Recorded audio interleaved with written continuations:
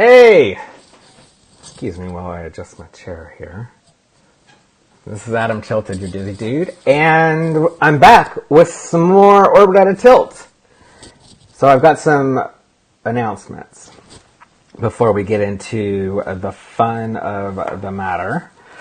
First off, this is going to be the new regular schedule for Orbit at a Tilt, Tuesdays at 11 a.m. Eastern Time. So I hope that you can join me then, because I really like to interact with you and get to answer your questions during the show.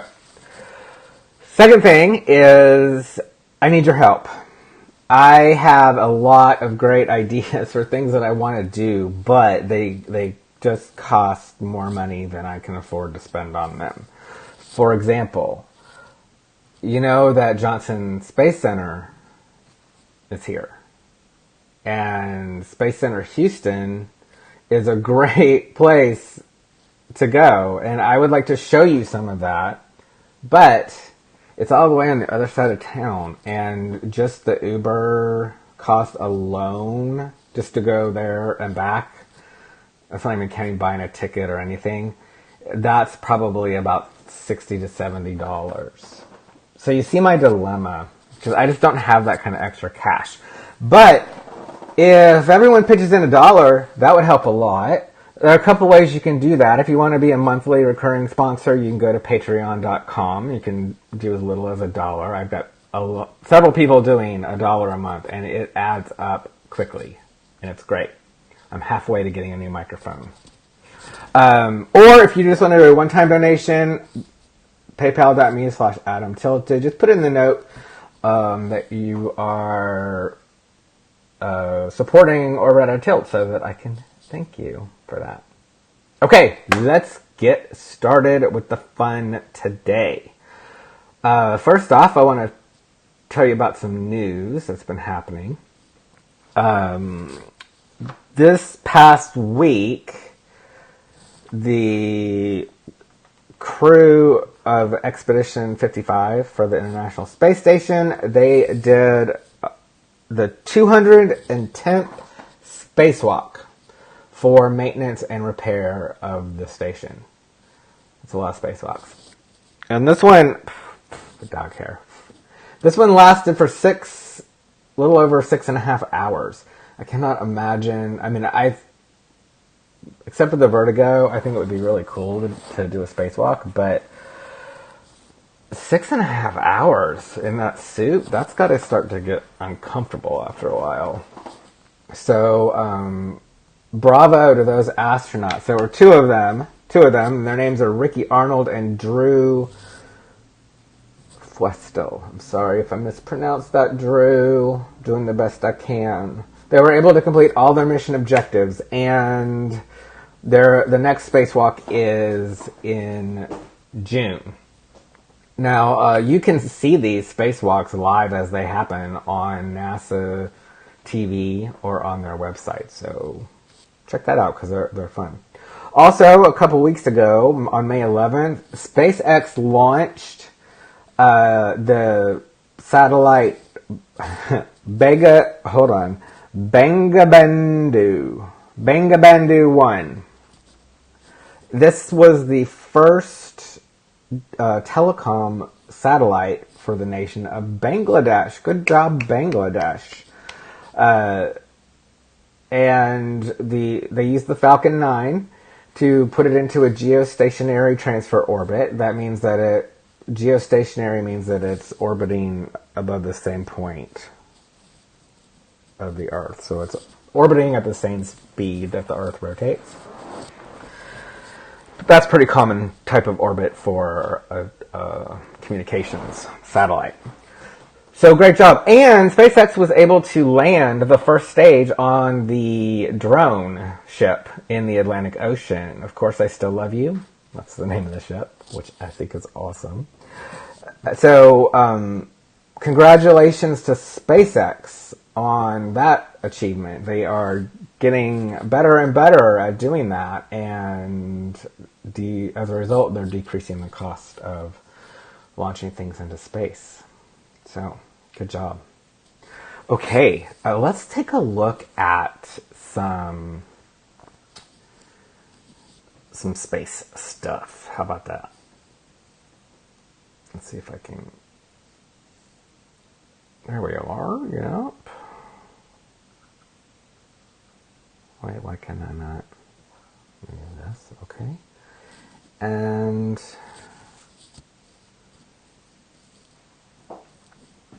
I also want to show this one. Okay, great. So let's go back to here. Now we are looking at the Southern Hemisphere, and you know, I consider myself to be someone who knows a good bit about space and stars and the night sky, but I realize I don't really know that much about the Southern Hemisphere, and that's a shame, because the Southern Hemisphere has some of the best skywatching in the world. Several of the closest stars to us are in the Southern Hemisphere.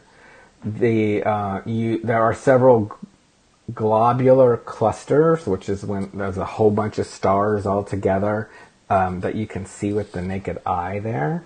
And you can also look directly into the heart of the Milky Way. So that's interesting. The other thing is that if you're skywatching in the Southern Hemisphere, let me move time forward, because this is going to freak you out.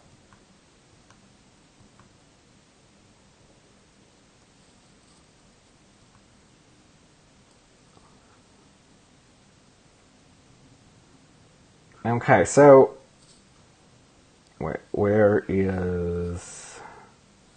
Alright, so everything's moving upside down. Right, we usually look towards the south to see all the stuff in the sky, but in the Southern Hemisphere, this is set for Auckland, New Zealand right now, but in the Southern Hemisphere, it's all happening in the north. So I want to point out a couple of things that will be happening tonight in the north, and this is, okay, so you'll see the moon is going to come up, and then, oh wait, did we just, hold on. Okay, sun's going down, great. Jupiter, big and bright. Let me, hold on, I think I'm zoomed out too much. There we go. Jupiter, big and bright, here in the constellation Libra, and it's next to one of my favorite stars, this one right here. This star is named Zubaganubi. Wait, Zubanoganubi. I just like it because it's hard to say. If you wait a little longer in the night, then you'll get to see, again, this is from the Southern Hemisphere. I'll show you the Northern Hemisphere in a little while. Saturn.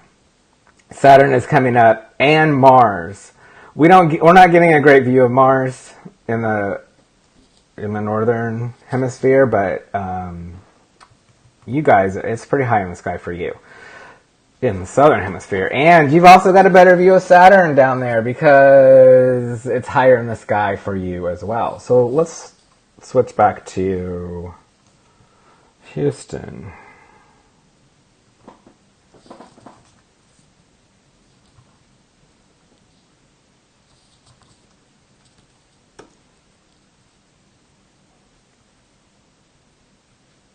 Okay. And let's just go to... No, it didn't change the... Please pardon this. It didn't change to Houston. Houston. There we go. All right. So this is now. And let's zoom ahead.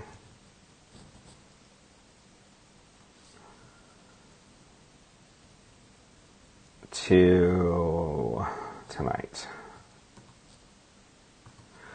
Okay, as the sun starts to go down, of course, we're going to be still enjoying that amazing view of Venus. Venus stays up for quite a while, and you can't miss it. I mean, it's so bright. Oops, shoot, I always do that. I hit the wrong button.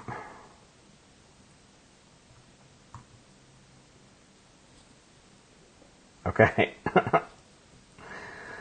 Sorry, this is a bit of a mess. I kind of threw this together just because I wanted to go ahead and show you some stuff.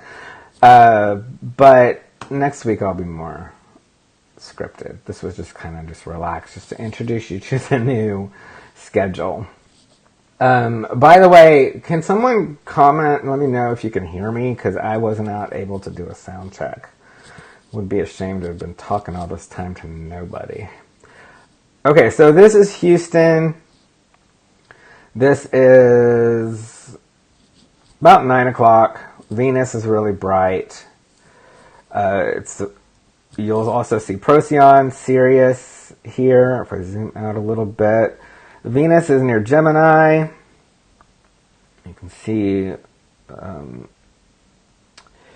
Capella over here. All these bright stars are bright at sunset, which is nice. At Betelgeuse too. That's nice. All right, and the other cool thing is that over here in the east, Jupiter is rising in the sky. And once it gets really dark and high in the sky, really great. If you have clear, dark skies, or even moderately dark skies, take a look at Jupiter through the telescope. I haven't been able to do it yet, and it's driving me crazy because we've had all this rain. But Jupiter is just past opposition, and so it's going to be bigger than normal and easier to see.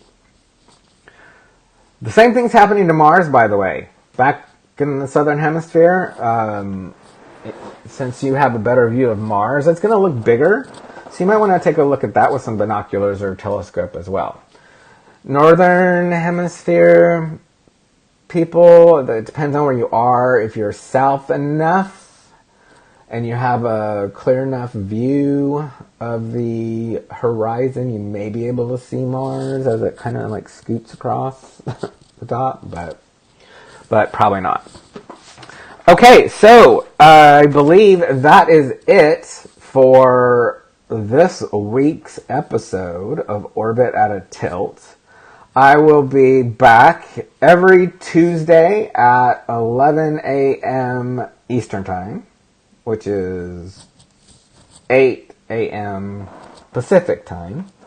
I hope that you can join me for the live shows, and please, if you would, please consider sponsoring the show, please, because I really want to do some cool stuff. Because I think you guys deserve it. Don't you? Yeah. All right. That's it for me today. Have a wonderful week. I look forward to your comments and questions. And in the meantime, don't forget to look up.